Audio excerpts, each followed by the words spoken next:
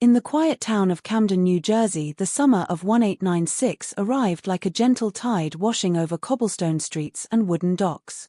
The townspeople were busy in their daily routines, some attending to small shops, others moving through narrow lanes with horse-drawn carriages carrying goods to the markets. Children played near the water's edge, their laughter mingling with the occasional calls of dockworkers hauling in fishing nets. At first glance, Camden appeared serene, but beneath the surface of ordinary life a subtle tension existed, a sense of unease that no one could fully explain. It was as if the town itself were holding its breath, waiting for something unknown to emerge. That something came in the form of a young woman named Hazel Drew, whose fate would become one of the most perplexing and haunting mysteries the town would ever witness. Hazel Drew was 19 years old, a figure of warmth, vitality, and charm whose presence seemed to illuminate the streets wherever she walked. Her dark hair fell in gentle waves, framing a face that expressed both intelligence and kindness. Hazel was well known to the townspeople. She helped at the local library, assisted in small businesses, and could often be seen offering a cheerful word to passers-by.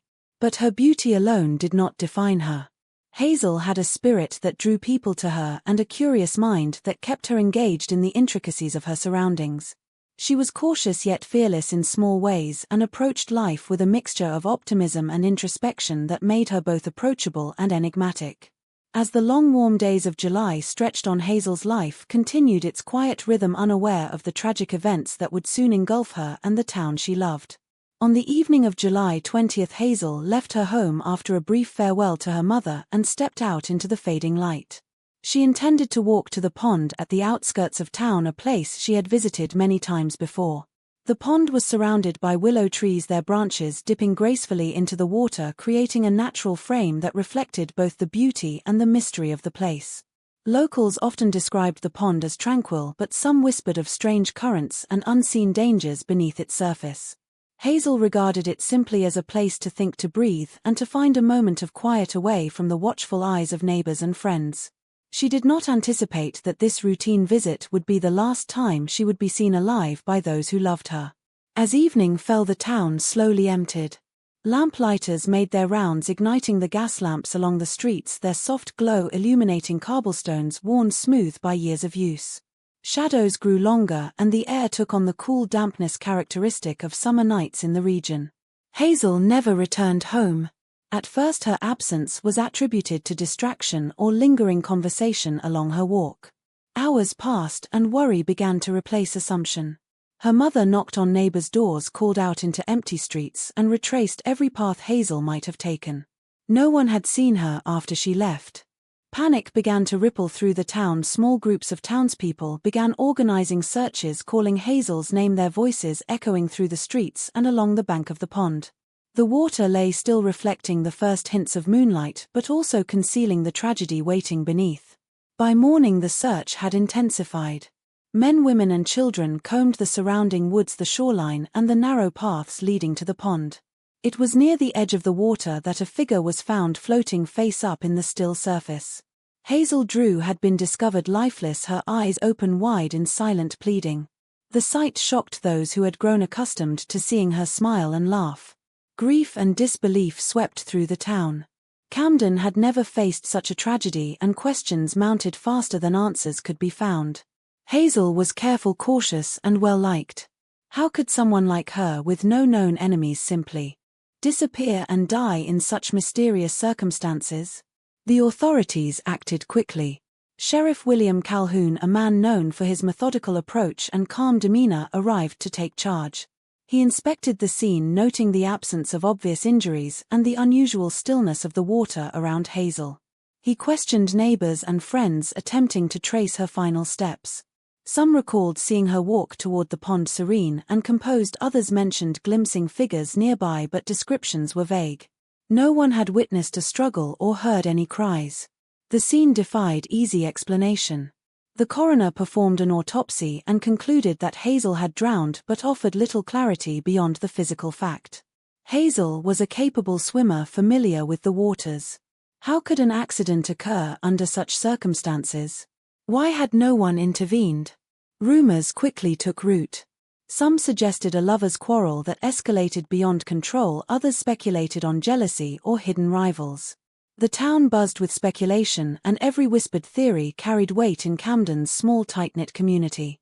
Hazel's father Robert Drew, devastated and desperate to understand what had occurred, engaged private investigators to supplement the official inquiry.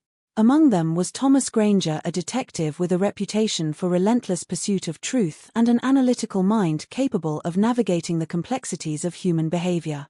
Granger approached the case with intensity, convinced that Hazel's death was more than a simple accident and determined to uncover the unseen forces behind it. Granger began by interviewing Hazel's friends, seeking details of her last days and movements. He learned that she had been seen conversing with several young men in town, including Samuel Whitaker, whose fleeting romance with Hazel drew the detective's attention. Samuel offered evasive responses to questioning and displayed noticeable nervousness. Every glance, hesitation, and shift in tone was noted. Granger also examined Hazel's personal belongings and discovered a hidden journal. In its pages, Hazel wrote about her day-to-day life, her thoughts and fears, moments of reflection, and observations about the people and world around her. Of particular note were entries mentioning a sense of being watched, especially during visits to the pond. Hazel's words hinted at unease, a subtle apprehension that something was amiss, though she could not articulate what that danger might be. Further investigation focused on the pond itself. Granger inspected the water currents, noting that despite a calm surface, hidden forces could exist beneath. Reeds and overhanging branches provided areas of concealment, and shadows seemed darker than natural in certain places. Granger theorized that the pond was a silent participant in the events leading to Hazel's death, rather than a simple backdrop. He retraced Hazel's possible movements and even conducted experiments to gauge the current's strength and behavior. Despite careful study, no definitive cause of the drowning emerged, leaving only questions and deepening the sense of mystery. Camden's social environment added additional complexity. Rumors circulated about acquaintances' rivalries and motivations. Friends and neighbors recounted stories of Hazel's interactions with various townspeople while noting minor inconsistencies or odd behavior. Granger sifted through the information, carefully distinguishing fact from speculation. Every account became part of a growing mosaic of potential evidence. He catalogued statements, meticulously looking for patterns and connections that might reveal the truth. One peculiar clue involved a small boat found moored near the pond. It appeared to have been used hastily and then abandoned. Ownership traced to Henry Caldwell, a local fisherman known for secrecy and reticent demeanor. Caldwell claimed he had lent the boat to a friend but could not provide a precise account of his own movements on the night in question. Granger logged this as a possible lead, though it was not yet conclusive. The presence of the boat added another layer of intrigue, suggesting that the pond may have been more than a simple location for a solitary walk. Newspapers began chronicling Hazel's disappearance and death, with sensational accounts calling for justice. Each story increased public pressure while simultaneously fueling gossip. The town became gripped with fear and speculation. People avoided the pond, children were warned not to approach its edges, and families debated among themselves about who could have been responsible. In this climate, Granger pressed on, determined to separate fact from fiction and to reconstruct the events leading to Hazel's demise. He compiled a timeline of her last day, piecing together conversations, movements, and interactions. With each edition, the detective moved closer to understanding the sequence of events that culminated in the tragedy. Interviews revealed further details about Hazel's relationships with the men she had known in the weeks leading to her death. Samuel Whitaker's emotional attachment seemed possessive at times, and there were reports of tension in his interactions with Hazel. Edward Hamilton, a newcomer to Camden, appeared in proximity to Hazel on multiple occasions and displayed behavior that raised suspicion. Granger noted the psychological dynamics at play, understanding that fear, jealousy, and social pressure could create situations leading to accidental outcomes. He continued to cross-reference these accounts with physical evidence and witness statements, looking for consistency that would guide the investigation. Physical examination of the pond and surrounding area provided subtle clues. Displaced stones, impressions in the mud, and broken branches suggested movement consistent with a struggle. Fabric fragments matching Hazel's clothing were found near the water, hinting at physical contact prior to her immersion. Granger documented every detail, photographing the site and sketching the environment for future analysis. He also retraced Hazel's steps, simulating her likely path in order to identify potential hazards and areas where interaction with others might have occurred. Throughout the investigation, Granger maintained careful attention to the town's social fabric. He understood that Camden's residents interacted in layered ways that could obscure motives. Relationships between families, merchants, and acquaintances were complex and sometimes fraught with tension. Observing these interactions allowed the detective to identify potential pressures and conflicts that may have influenced Hazel's decisions and her ultimate fate. He recorded behavioral patterns, inconsistencies in statements, and subtle cues that suggested hidden truths yet to be uncovered. By the end of the first month, the case had expanded far beyond a simple drowning. Granger had amassed witness accounts, physical evidence, and psychological observations, creating a detailed representation of Hazel Drew's final days. Though no definitive perpetrator had emerged, the groundwork for understanding the circumstances surrounding her death was taking shape. Granger understood that piecing together the sequence of events would require patience and persistence. Each minor observation could illuminate something larger. Even seemingly trivial details, the way a neighbor described hearing footsteps near the pond, or the expression on a young man's face when asked about Hazel, became essential threads in a web he was determined to untangle. As the investigation proceeded, Granger turned his attention to Hazel's personal life. He delved deeper into her friendships, acquaintances, and daily routines. She had been a young woman with many connections, yet the more Granger examined, the more he realized there were gaps in knowledge, moments unaccounted for, and interactions that raised questions. For instance, Hazel had been seen speaking with a stranger near the market days before her disappearance, a man whose identity remained unknown. Descriptions were vague. Some remembered a tall figure with a dark coat, others mentioned a low hat that shadowed the face. Despite the ambiguity, Granger catalogued these accounts meticulously, convinced that even fleeting glimpses could be critical. Hazel's family struggled with grief and confusion. Her father, Robert Drew, alternated between anger and despair. He demanded answers while wrestling with the impossible idea that his daughter could be lost without explanation. Her mother, gentle yet distraught, recounted Hazel's habits, the subtle anxieties she had never fully expressed, and the quiet ways in which she sometimes seemed uneasy, especially when visiting the pond. Granger listened closely, recognizing that the emotional recollections of loved ones could provide insight into Hazel's mindset in the days leading up to her death. Among Hazel's friends, certain individuals emerged as focal points. Samuel Whitaker's nervous demeanor persisted, and his statements frequently shifted in minor but notable ways. Edward Hamilton remained a shadowy figure, elusive in both presence and explanation. Granger suspected that human emotions, jealousy, fear, affection, or resentment might have played a role in the final events. He also considered the possibility of an accident influenced by external factors, including environmental hazards near the pond, the darkness of the evening, or hidden currents that could overwhelm even an experienced swimmer. Investigating the pond became a critical component of the inquiry. Granger studied the water from multiple angles, noting slight shifts in the current, submerged branches, and areas where the muddy bottom might give way unexpectedly. He theorized that even a small stumble could turn dangerous. Simultaneously, he scrutinized footprints along the shore, cross-referencing with the shoes and clothing of those who had been near the area that evening. The meticulous examination revealed impressions that suggested more than one presence near the water's edge, heightening the possibility of interaction before Hazel's final moments. Letters and diary entries found among Hazel's belongings offered additional perspectives. In her private writing, she recorded a mix of normal daily reflections and subtle apprehensions, sometimes hinting at feelings of being watched or followed. Granger noted that these were not overt threats, yet they suggested a level of concern that might have been overlooked by casual acquaintances. He studied the entries carefully, attempting to reconstruct her emotional state and identify patterns that could indicate premonitions or awareness of danger. Granger also revisited the abandoned boat found near the pond. Detailed inspections revealed scratches along its edges and traces of mud inconsistent with normal use.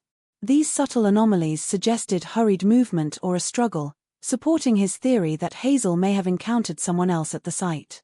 Ownership investigations led to conversations with Henry Caldwell, the fisherman, and others who had access to the vessel. Though no one admitted wrongdoing, Granger recorded every discrepancy, believing that even minor inconsistencies could hold the key to understanding the sequence of events. The townspeople continued to speculate. Gossip spread quickly through Camden, often contradicting facts and embellishing details. Some suggested that Hazel had been lured intentionally to the pond, others implied that romantic entanglements had escalated to violence. Granger recognized the danger of misinformation, carefully separating verified observations from rumor. He relied on direct testimony, physical evidence, and logical reconstruction rather than hearsay, knowing that the human tendency to dramatize tragedy could cloud the truth. Weather conditions on the evening of Hazel's disappearance were also considered. Granger noted the stillness of the air, the fading light, and the subtle chill that crept across the water as night approached. He hypothesized that environmental factors could contribute to disorientation or fatigue, especially near the pond where the terrain was uneven. And shadows distorted perception. Testing these conditions helped him evaluate possible accident scenarios alongside potential human involvement, providing a more comprehensive understanding of the risks present that night. Despite his efforts, the investigation faced obstacles. Witnesses provided conflicting statements, memories faded over time, and physical evidence had begun to deteriorate. Granger confronted the challenge of reconstructing a single coherent narrative from fragments, aware that each gap could conceal critical information. He maintained detailed records, cross-referencing accounts, and evidence to ensure nothing was overlooked. The detective's diligence reflected his belief that truth, no matter how elusive, could be revealed through persistence and careful reasoning. Social dynamics in Camden added another layer of complexity. Families and individuals were intertwined in relationships that shaped behavior and perception. Granger observed interactions at markets, gatherings, and public spaces, identifying subtle tensions and alliances. These observations informed his understanding of who might act out of fear, jealousy, or protective instincts. He noted patterns of avoidance, hesitation, and overcompensation, cataloging them alongside factual evidence to create a fuller picture of the human landscape surrounding Hazel. In parallel, Granger examined local infrastructure and urban design. The positioning of streets, fences, and paths around the pond influenced movement and accessibility. He considered whether someone could approach Hazel unnoticed, whether a sudden encounter could cause panic, and how natural obstacles might affect the sequence of events. This attention to environmental detail complemented his analysis of social and psychological factors, reinforcing his methodical approach. Over weeks of investigation, Granger reconstructed Hazel's final day in meticulous detail. She had left home, walked through familiar streets, paused briefly at shops, and approached the pond as she had many times before. Witness accounts suggested she may have been joined by an acquaintance or startled by an unexpected presence. Physical traces along the water's edge hinted at sudden movement, potential attempts to reach safety, and the dynamics of water and terrain that could overwhelm even a cautious person. Each layer of evidence, observation, and testimony gradually coalesced into a narrative that could explain how a young woman so familiar with her surroundings might meet a tragic end. The investigation also considered motives beyond simple accident. Emotional entanglements, unspoken threats, and latent rivalries offered potential explanations for human involvement. Granger analyzed statements for inconsistencies, noting hesitation, contradiction, or overcompensation. He compared accounts with physical evidence, ensuring that each piece of the puzzle fit logically. The detective's analytical approach was rigorous, aiming to separate imagination and conjecture from the measurable reality of the scene, the individuals involved, and the sequence of events leading to Hazel's death. As the case progressed, public attention remained intense. Newspapers documented every detail, often sensationalizing aspects of the story, further complicating the social atmosphere. Camden's residents grappled with fear, grief, and curiosity, balancing private mourning with public fascination. Granger navigated this environment carefully, respecting privacy while continuing his methodical pursuit of the truth. He maintained interviews, examined evidence repeatedly, and monitored environmental conditions, aware that any overlooked detail could be crucial. The combination of personal observation, physical examination, and psychological analysis brought Granger closer to understanding Hazel Drew's disappearance. He considered multiple hypotheses including accidental drowning, involvement of another individual, and environmental hazards. While no definitive conclusion emerged immediately, the detectives' meticulous approach laid the groundwork for eventual resolution. Each interview, diary entry, and observation built a structured framework, allowing Granger to see connections that might be invisible to casual observers. By the end of the second month, patterns emerged suggesting that the events leading to Hazel's death were complex, involving both environmental and human elements. The pond remained central to the mystery, its calm surface concealing the sequence of interactions, movements, and decisions that culminated in tragedy.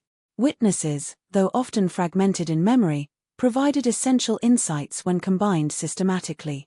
Each new piece of evidence, no matter how small, contributed to a growing understanding of the delicate interplay between circumstance, human behavior, and fatal outcome. Granger's persistence exemplified the methodical approach of early investigative work. He relied on observation, logical deduction, and careful documentation, resisting the influence of rumor and sensationalism. His attention to minute details, from footprints and boat traces to behavioral cues, created a layered reconstruction of events. While the ultimate cause of Hazel Drew's death remained elusive, the framework for analysis became increasingly sophisticated, allowing for informed hypotheses and guiding further inquiry. As the investigation unfolded, Granger also noted the broader impact on Camden. Social behavior shifted subtly in response to the tragedy. Parents restricted children's movements, friends expressed heightened concern for each other, and the town's collective consciousness absorbed the weight of uncertainty. These changes influenced witness behavior, the willingness of individuals to speak, and the overall environment in which the investigation took place. Granger recognized that understanding these social dynamics was essential to interpreting testimony accurately and anticipating potential complications in resolving the case. In sum, the disappearance and death of Hazel Drew had become a focal point for the town's attention, an event that exposed vulnerabilities in social relationships, environmental awareness, and investigative practices. Granger's methodical approach combined psychological analysis, environmental assessment, and meticulous documentation to create a comprehensive investigation. While no final conclusion had yet been reached, the foundations were established, setting the stage for further breakthroughs in understanding the tragic circumstances that led to Hazel Drew's untimely death. Every observation, every interview, and every trace of evidence contributed incrementally to the ultimate goal of revealing the truth, however complex and unsettling it might be. By the third month of the investigation, Granger had accumulated a substantial collection of observations, statements, and physical evidence. Each new piece was carefully catalogued and cross-referenced with prior accounts. He realized that solving the mystery of Hazel Drew's death required not only attention to what had occurred at the pond but also an understanding of the subtle interactions and tensions that had been building in Camden over time. These small, often unnoticed dynamics could hold the key to understanding her final hours.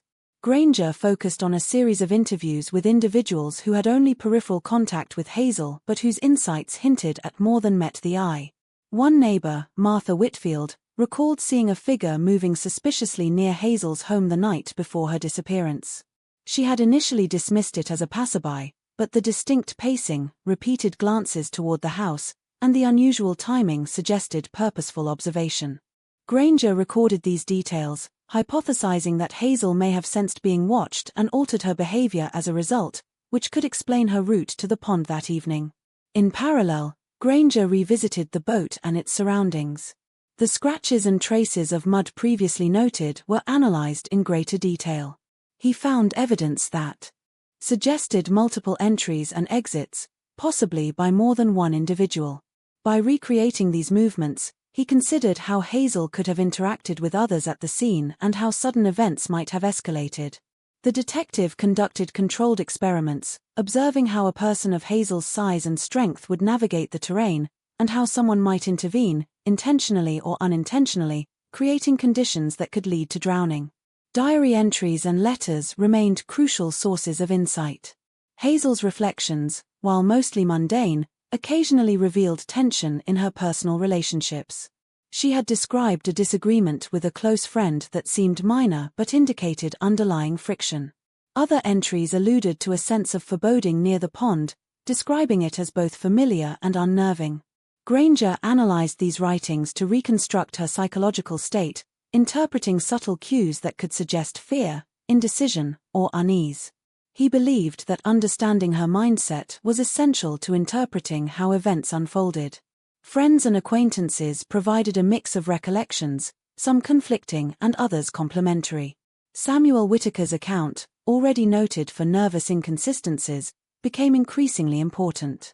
Granger observed micro-expressions, pauses, and hesitations during repeated interviews, detecting signs that the young man might know more than he was revealing. Edward Hamilton, in contrast, maintained a calculated distance, offering minimal information. The detective weighed the reliability of each statement against known facts, identifying patterns that could hint at motive or opportunity. Granger also considered the broader environmental factors. Weather logs, pond depth measurements, and water currents were analyzed to assess risk. He noted that even a small misstep could be dangerous, particularly in areas obscured by reeds or low light. Local fishermen provided insight into seasonal changes in the pond's conditions, helping Granger understand how natural factors might contribute to an accident or complicate an escape attempt. These technical observations complemented his investigation into human factors, offering a holistic view of the circumstances surrounding Hazel's death. Rumors and gossip continued to circulate through Camden, presenting both challenges and opportunities. While much of the town's speculation was inaccurate, certain recurring details emerged across independent accounts. Granger carefully extracted these kernels of truth, comparing them with physical evidence. He observed how social pressures, fear, and loyalty influenced testimony, recognizing that human behavior could be as unpredictable as environmental hazards. The detective's approach emphasized corroboration, logic, and methodical reconstruction rather than reliance on sensationalized accounts. Granger's attention to detail extended to the small but telling clues left behind at Hazel's home. Items were slightly displaced, signs of hurried movement appeared in her room, and subtle discrepancies in her belongings suggested planning or distraction. Each observation was catalogued meticulously. The detective theorized that these minor details could reveal the sequence of events leading to her departure and final confrontation at the pond. Understanding her preparation, mindset, and possible interactions became a cornerstone of the investigation. A crucial breakthrough occurred when Granger analyzed the footprints near the pond in combination with the boat traces. The patterns indicated at least two distinct trajectories converging near the water's edge. Timing estimates based on soil compression and water ripple suggested that Hazel may have encountered someone shortly before entering the pond. Granger hypothesized scenarios where either panic or an attempt to help could have triggered a fatal misstep. This nuanced analysis highlighted the complex interplay between human presence and environmental hazards. Psychological profiling of potential witnesses and individuals in Hazel's social circle became increasingly relevant. Granger assessed motivations, emotional triggers, and behavioral tendencies. He considered who might act impulsively, who could manipulate a situation, and who had reasons to hide knowledge of the events. Subtle emotional cues, body language, and inconsistencies in narrative provided insight into potential motives. Granger's goal was not speculation alone, he sought patterns that aligned with factual evidence, narrowing the field of possibilities. Hazel's relationship with her family offered further context. Interviews with parents, siblings, and extended relatives revealed dynamics that might influence her decisions and movements. Protective instincts, familial tensions, and differing perspectives on social interactions painted a fuller picture of Hazel's environment. Understanding these relationships was critical in interpreting her actions and responses, particularly in situations involving stress or perceived danger. Throughout the investigation, Granger maintained a log of all observed inconsistencies and anomalies. He cross-referenced witness accounts, diary entries, environmental data, and physical evidence. Each layer of analysis strengthened the overall reconstruction.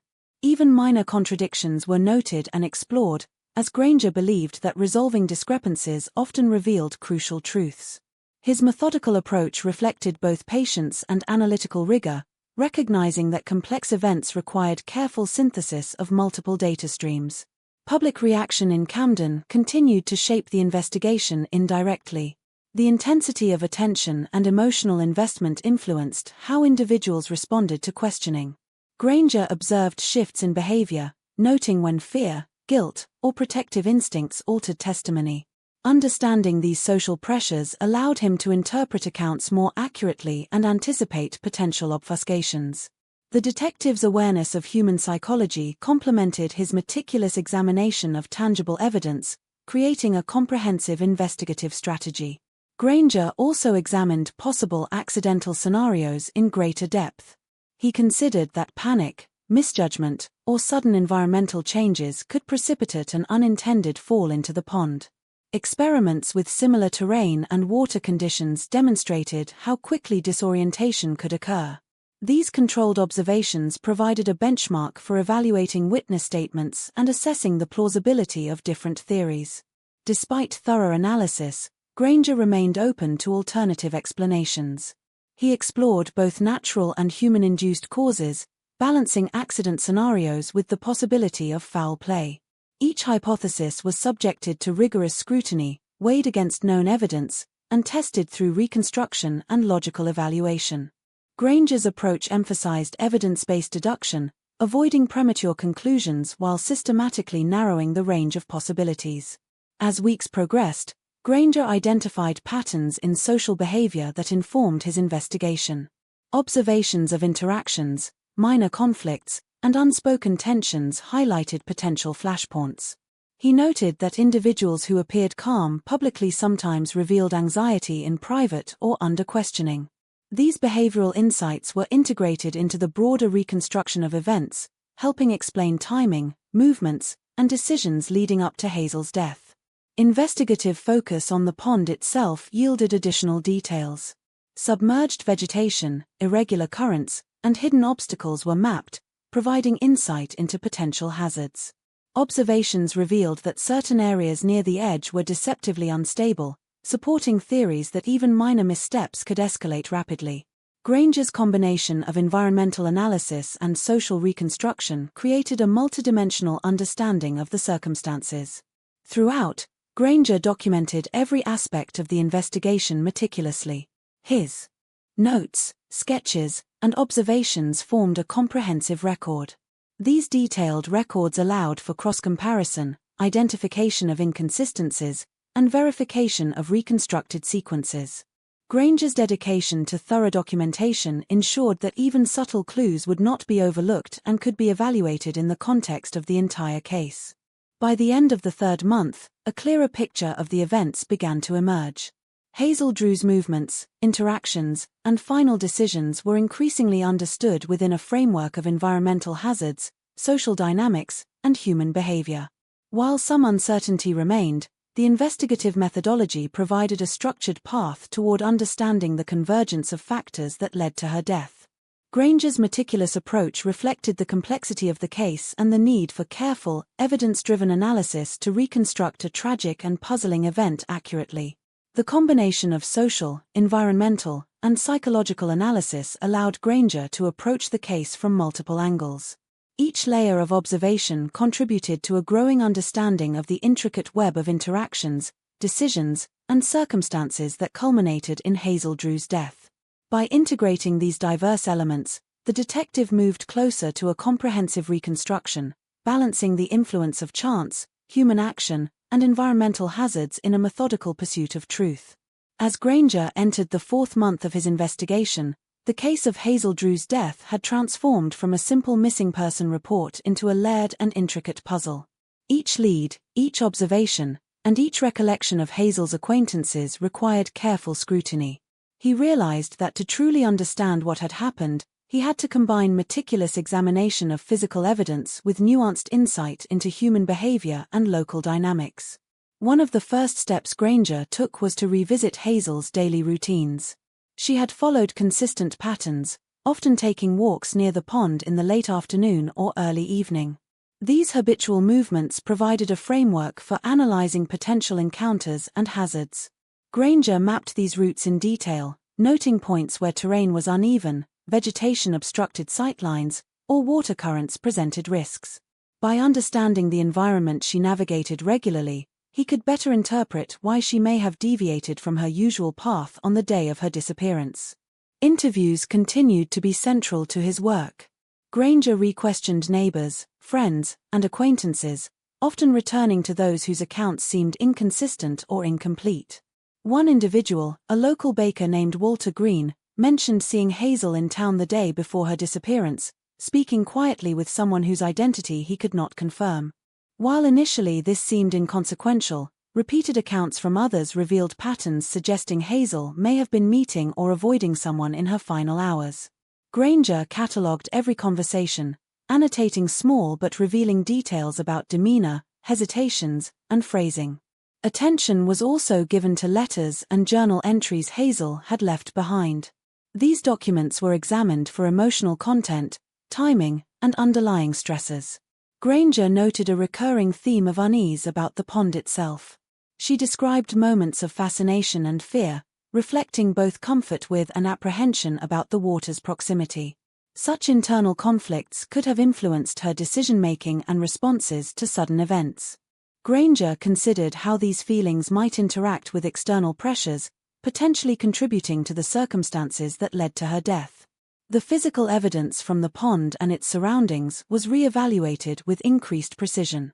Soil analysis, water depth measurements, and examination of boat marks revealed subtle but important details. Certain areas showed signs of repeated foot traffic, suggesting that more than one individual may have been present. Traces of mud on clothing remnants found later supported the theory that movement near the water's edge was more complex than a simple solo visit. By reconstructing these paths, Granger could simulate potential interactions, missteps, or confrontations that might have occurred. Granger also considered timing and sequence carefully. He developed a timeline, integrating witness statements, physical evidence, and environmental data. This chronology highlighted moments where events could have taken sudden turns. He hypothesized scenarios in which Hazel might have attempted to avoid detection, approached the pond cautiously, or been surprised by another person. Each possibility was tested against the known facts, revealing which scenarios were feasible and which could be dismissed. The detective's analytical rigor provided structure to a case that might otherwise have seemed chaotic and unpredictable. Social relationships were increasingly scrutinized. Hazel's connections with family, friends, and townspeople were mapped, noting tensions, alliances, and recent conflicts. One particular tension involved a distant acquaintance who had been attempting to gain Hazel's trust for unknown reasons. Granger explored potential motives, evaluating whether interpersonal friction could escalate to physical confrontation or influence Hazel's movements. Every piece of social context was treated as potentially relevant, from casual disagreements to hidden resentments. Patterns of behavior observed in witnesses and suspects provided additional insight.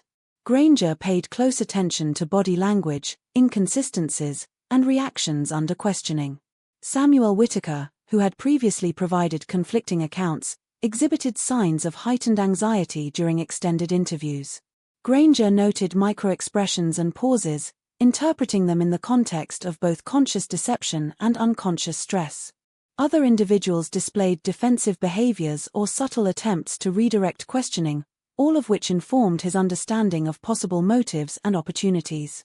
Environmental factors were revisited in greater detail. Seasonal changes, water currents, and weather conditions were analyzed to assess how they might have affected Hazel's movements. Even slight variations in the terrain near the pond could create hazardous conditions, particularly for someone navigating at dusk or under emotional duress. Granger's experiments with simulated movements and reconstructed sequences allowed him to understand how an accident could occur or how external pressure might escalate into a tragic outcome. A breakthrough emerged when Granger focused on previously overlooked details in Hazel's personal effects. Minor discrepancies in her clothing, such as slight fraying or displacement, suggested hurried preparation. Items she typically carried were missing or relocated, implying distraction or urgency. These subtle clues, while small individually, collectively painted a picture of a person whose actions were influenced by more than chance. Granger used these observations to refine his timeline and map potential interactions that may have taken place near the pond. Granger's meticulous notes included sketches, diagrams, and layered annotations, allowing him to visualize complex sequences. By overlaying witness statements with environmental reconstructions, he could examine where paths crossed, how potential confrontations could unfold, and where hazards were most likely to result in injury. This multidimensional approach highlighted the interplay between human action, environmental risk, and chance. It also allowed Granger to test multiple hypotheses without discarding any potentially relevant detail. Rumors in Camden persisted, and while many were exaggerated or false, patterns emerged. Repeated mentions of a mysterious figure near Hazel's home, of unusual activity near the pond, or of private disagreements helped Granger triangulate information. He approached these social cues carefully, separating fact from embellishment. Even incorrect or distorted reports could indirectly reveal behavioral patterns, fears, or motivations among witnesses. Granger used these insights strategically, cross-referencing them against verifiable evidence. Psychological analysis became an essential component. Granger studied the emotional responses of witnesses, the inferred intentions of individuals in Hazel's social circle, and the behavioral tendencies suggested by her journal entries. He examined how fear, curiosity, or social pressure might influence decisions, movement, and interactions. This approach allowed him to model plausible human behaviors in the final hours before Hazel's death, providing a framework for understanding what may have seemed like erratic or inexplicable actions. As the investigation deepened, Granger developed a clearer picture of potential scenarios. One hypothesis involved a combination of environmental risk and sudden human interference, an accidental fall or misstep exacerbated by fear or surprise. Another considered the possibility of confrontation or coercion, where Hazel's reactions and movements were influenced by another person's presence. Each scenario was mapped, tested, and evaluated against physical evidence and eyewitness testimony. Granger's approach balanced caution with creative problem-solving, ensuring that no plausible explanation was ignored. Further interviews revealed additional context about Hazel's state of mind. Friends noted moments of anxiety or distraction, instances where she seemed unusually cautious or reflective. These subtle behavioral shifts could indicate an awareness of danger, concern about someone's intentions, or preoccupation with private matters. By integrating these observations into the timeline and environmental reconstruction, Granger could infer potential choices Hazel made and the constraints she faced at critical moments. The pond itself was analyzed with unprecedented precision. Water depth measurements, soil consistency, and hidden vegetation were recorded and mapped. These details provided insight into how a person navigating the area might lose footing, become entangled, or struggle unexpectedly. Granger conducted experiments replicating Hazel's likely path, observing where natural hazards and human movements intersected. This careful empirical work strengthened his understanding of how environmental factors could combine with psychological and social pressures to produce a fatal outcome. Granger's dedication to documentation remained unwavering. Each interview, each observation, and each experimental result was logged with precision. He maintained cross-references, detailed annotations, and layered sketches to ensure that every element could be reviewed, verified, and integrated into the broader analysis. The cumulative effect of these records allowed for sophisticated reconstruction, minimizing reliance on conjecture and emphasizing evidence-based reasoning. By the end of the fourth month, Granger had refined his understanding of Hazel Drew's final hours. The integration of environmental analysis, social context, psychological insight, and physical evidence allowed for a multidimensional reconstruction.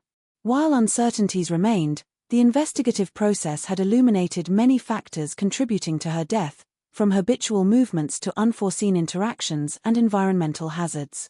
Granger's methodical approach had transformed a perplexing mystery into a coherent, albeit tragic, narrative. In this phase of the investigation, Granger's insights underscored the complexity of human behavior and the unpredictable interplay of chance, intention, and environment. Hazel Drew's death, while still shrouded in mystery, was gradually revealed as the result of multiple converging factors. The detectives' meticulous approach emphasized that understanding a tragedy of this nature required patience, rigor, and attention to detail. Each layer of analysis brought clarity, illustrating how small choices, subtle interactions, and natural hazards could collectively result in a profound and irreversible outcome. As Granger entered the final stage of his investigation, the pieces of Hazel Drew's life and final hours began to coalesce into a clearer picture. Months of interviews, environmental studies, and meticulous documentation provided him with the tools to form a coherent narrative, though some uncertainties would always linger. His focus was now on confirming hypotheses, cross-checking timelines, and reconciling conflicting accounts to reach conclusions that could withstand scrutiny. One of the critical breakthroughs came when Granger revisited Hazel's social network, examining previously overlooked relationships and interactions. He identified subtle but important connections, including brief encounters with individuals whose presence had not seemed significant initially. By cross-referencing these interactions with the environmental mapping of Hazel's usual routes and the pond area, Granger could establish potential points of contact and influence. These reconstructions suggested that Hazel's final movements were influenced not solely by accident or chance, but also by subtle social pressures and unexpected human encounters. A detailed reconstruction of the pond area revealed additional clues. Variations in the soil, hidden roots, and patches of slippery moss suggested that the edge of the water was treacherous in ways that could easily result in loss of footing. Granger replicated Hazel's likely path, noting locations where an abrupt step or momentary distraction could lead to a fall. These environmental factors were now integrated into the timeline, allowing Granger to model scenarios in which her movements were both deliberate and constrained by hidden hazards. Each potential scenario was measured against witness accounts, journal entries, and physical evidence. The human element remained central. Interviews with neighbors and acquaintances uncovered behavioral cues that were subtle but telling. Microexpressions, hesitations, and inconsistencies in statements revealed underlying tensions and hidden fears. One individual, a young man named Charles Whitmore, had repeatedly given vague descriptions of encounters near the pond. Granger noted that his evasiveness, combined with knowledge of local paths and Hazel's habits, suggested a level of awareness about her movements. While there was no direct accusation, these behavioral indicators provided context for potential interactions that could have influenced Hazel's decisions. Granger also revisited her personal writings. Hazel's journal entries, letters, and notes offered insights into her emotional state, preoccupations, and private concerns. Recurrent themes of apprehension about the pond, reflections on personal safety, and moments of indecision painted a nuanced portrait. Granger analyzed the timing and content of these entries, correlating them with environmental conditions, social interactions, and the reported times of sightings. By doing so, he could trace the psychological landscape that may have guided her steps on that fateful day. The timeline of events was now reconstructed with remarkable precision. Granger charted the sequence of Hazel's movements, overlaying it with environmental factors, social interactions, and potential hazards. This chronology highlighted moments where small miscalculations could have catastrophic consequences. By simulating alternative paths, deviations, and delays, Granger was able to account for multiple possible outcomes while remaining anchored to observable evidence. This rigorous approach allowed him to distinguish plausible events from conjecture. Forensic analysis of recovered materials provided additional clarity. Traces of soil on clothing, impressions in the mud, and subtle disruptions in vegetation confirmed key movements near the pond. Granger integrated these findings with his experimental reconstructions, testing each scenario against tangible evidence. These controlled simulations allowed him to assess the probability of accidental falls, encounters with other individuals, or environmental hazards playing decisive roles in Hazel's final moments. Each conclusion was carefully supported by documented observations rather than assumptions. Granger's attention to behavioral psychology remained a critical tool. He considered how fear, curiosity, social pressure, and habitual routines might interact to shape decisions. Hazel's cautious nature, her occasional hesitation near the pond, and her social awareness suggested that she would avoid unnecessary risk unless compelled by circumstance. By factoring in these behavioral tendencies, Granger could identify scenarios in which she might have been influenced to take an unusual path, pause in a dangerous location, or react to an unexpected presence. Further interviews provided additional nuance. Individuals who had initially seemed peripheral offered insights into community dynamics, unspoken tensions, and fleeting encounters that could have influenced Hazel's actions. Granger evaluated these accounts, filtering out exaggeration while retaining useful information. Even minor details, such as the timing of a passing stranger or the presence of animals in the area, were integrated into the reconstruction. By treating every observation as potentially relevant, he minimized the risk of overlooking critical influences. Granger also considered external factors. Weather patterns, lighting conditions, and seasonal changes were analyzed to understand their effect on terrain, visibility, and human perception. These environmental conditions were mapped against the timeline to reveal moments when natural elements could exacerbate risks. For example, a patch of moss that appeared innocuous in daylight might become treacherously slick in the waning light. By integrating these elements into his simulations, Granger could assess the probability of environmental hazards contributing to Hazel's misfortune. The convergence of social, psychological, and environmental analysis allowed Granger to narrow plausible explanations. Accidental fall scenarios accounted for terrain hazards, minor distractions, and subtle missteps. Human-influenced scenarios considered potential encounters, persuasion, or coercion without definitive evidence of malicious intent. Each scenario was tested against physical traces, behavioral patterns, and the reconstructed timeline. This iterative process gradually filtered out less likely sequences while retaining those that aligned with the available data. As the investigation matured, Granger compiled a comprehensive narrative that synthesized findings across all domains. Hazel Drew's final hours were reconstructed as a sequence influenced by habitual movement, environmental hazards, social interaction, and psychological state. She likely approached the pond in the late afternoon, encountering conditions that demanded heightened awareness. Minor distractions, possibly including unexpected social contact or curiosity about surroundings, contributed to a critical moment of imbalance. A fall, compounded by hidden terrain hazards, likely led to her disappearance and subsequent death. While uncertainty remained, this model explained the convergence of factors without relying on speculation. Granger's meticulous approach underscored the interplay of chance, human behavior, and environmental risk. Every observation, from minute soil traces to subtle behavioral cues, contributed to a cohesive understanding of the event. By integrating social context, personal habits, psychological tendencies, and empirical data, he created a reconstruction capable of withstanding scrutiny. The conclusion did not assign blame but rather illuminated the complex circumstances that led to a tragic outcome. Community response to Granger's investigation evolved over time. Initial speculation and rumor gradually gave way to recognition of the careful, evidence-driven methodology. Families, friends, and neighbors appreciated the thoroughness with which he approached a difficult and emotionally charged case. While grief and uncertainty persisted, the reconstruction provided clarity and insight, offering a foundation for understanding Hazel Drew's life, habits, and final hours. Granger's work demonstrated the value of patient, detailed investigation in unraveling complex events.